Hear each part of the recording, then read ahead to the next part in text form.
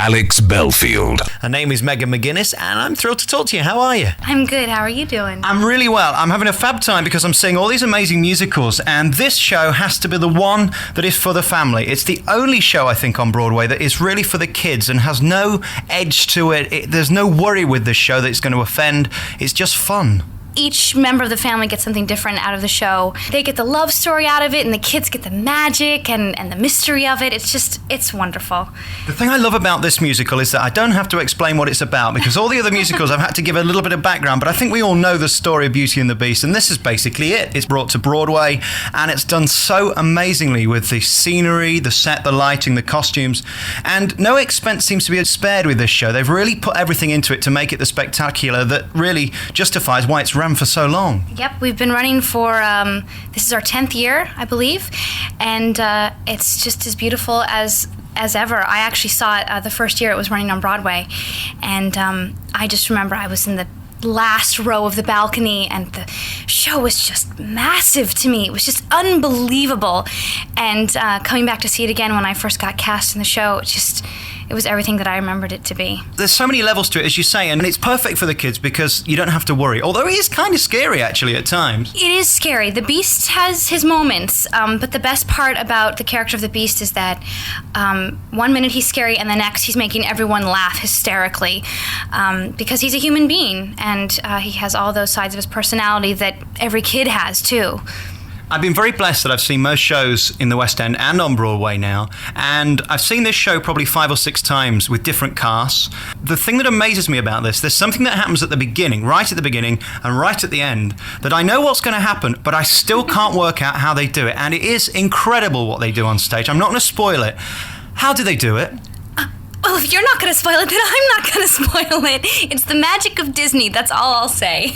It's like a magic trick, really, isn't it? I mean, it's David Copperfield on the stage. It is. We have quite a few magic tricks in the show. The one you're referring to is transformation back and forth between the man and the beast, the prince and the beast, that is. And we have... it's amazing. We have a talk back sometimes after the show with all these kids, and every single one of them will ask, well, how'd you do it? Or how did Chip fit in there? Or what happened? And I'll just say, it's the magic of Disney. What do you think was the thing that made the directors and producers think you are right for this role? Something that we discussed a lot, actually, in my rehearsals was that Belle is smart. She's one of those heroines who takes charge of her own destiny, and she's just, I mean, there really aren't that many characters like Belle. She's smarter than anyone else on that stage, and I just think that's amazing because she does get into a lot of instances in the show where you could see her as a damsel in distress, but she's not like that, and I think that's one of the things that I saw in the character, and that they helped me bring out even more.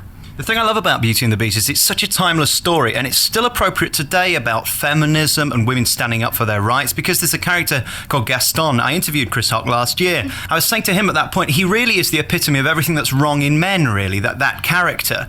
Yes, he is. I mean, the best part about Gaston is that at the beginning, he's completely harmless.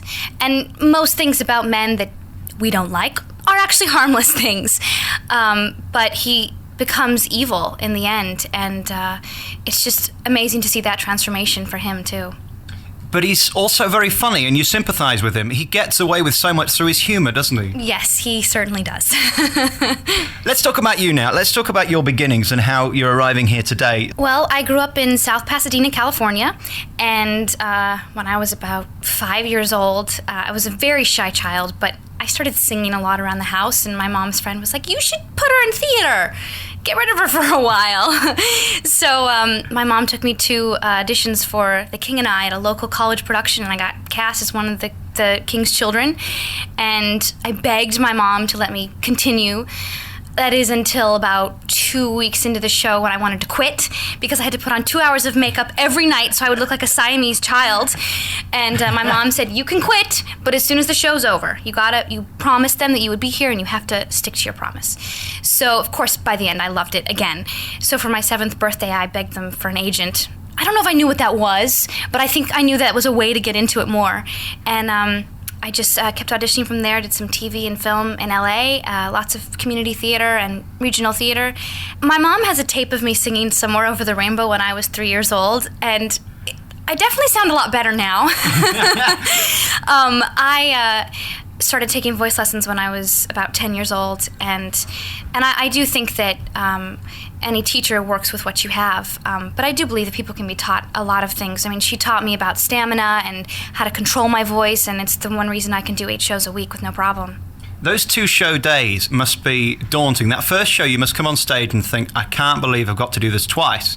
But are you like most of the people I've spoken to, that the minute that curtain goes up, it is irrelevant that you've got 2 shows to do. It's irrelevant that you've got to sing for 2.5 hours. You just love every moment of it? It's so much easier. It's the getting ready for the first show that you think.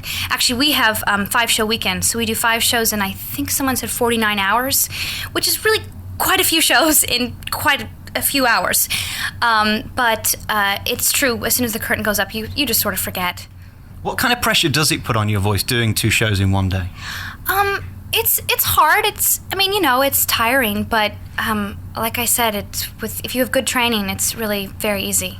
What do you do before the show? Do you have to sing? Do you have to warm up? What do you have to do? I warm up. I have a tape from my voice teacher in Los Angeles that I use every day before the show. I stretch so I don't hurt any of my muscles when I'm dancing, and I do my makeup and they do my hair for me. Do you not panic before you go on sometimes that you might just black out and forget either a word or a position or a move? Yes. I usually don't get concerned about where I'm going. That's pretty much in my body. But every once in a while, I'll have a little anxiety attack about, do I really know all my lines? Do I really know the words of this song?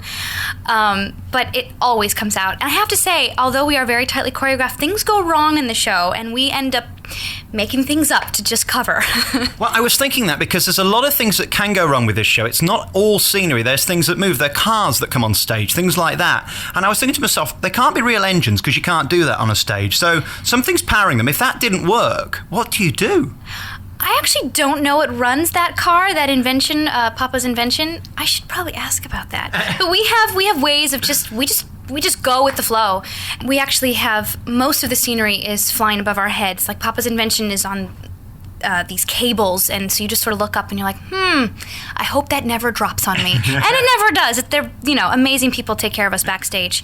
But we do have a lot of scenery, and the theater's not huge. I mean, it's a very good size, but we don't have what we do have, is a cross under. So we can't cross behind the scenery because there's not enough room, so we have to go underneath in the basement. How long were you training to be Belle in Beauty and the Beast? Well, actually, when I was cast as Belle, I was in Thoroughly Modern Millie in the ensemble, covering one of the leads. And I had 2 weeks of rehearsal at Beauty and the Beast, and I did Millie at night the first week. So that was a little difficult. I was at I was at rehearsal all day from 10 to 6, and then I would go to Millie, do my show. It was exhausting. And then the next week it was all Beauty and the Beast all the time. I rehearsed every day and watched the show every night. You didn't once go on stage as Thoroughly Modern Millie and suddenly burst into Beauty and the Beast, did you? No, I didn't. Oh, that's really... It's been really lovely talking to you today, and I want to ask you a question that if there's any role on Broadway now that you could do, other than the one you're in, which is probably one of the best roles anyway, what would it be? Oh, that's a hard question. Honestly, I just want to keep working. I just enjoy it so much, and I'm lucky to have gotten such a wonderful part so early in my career. You do forget, don't you, how many people aren't in work in show business and how many people want to be in a show, and there aren't normally that many people in a cast. Probably 40, 50 is the absolute maximum, and often just 20, 30 is normal, isn't it? Yeah, it's true. I mean, the opportunities are hard to come by sometimes. Congratulations with the role. Belle, Beauty and the Beast. It's on at the Lumfontaine, 46th Street. The Alex Belfield In Conversation podcast with daisymedia.co.uk. Alex Belfield.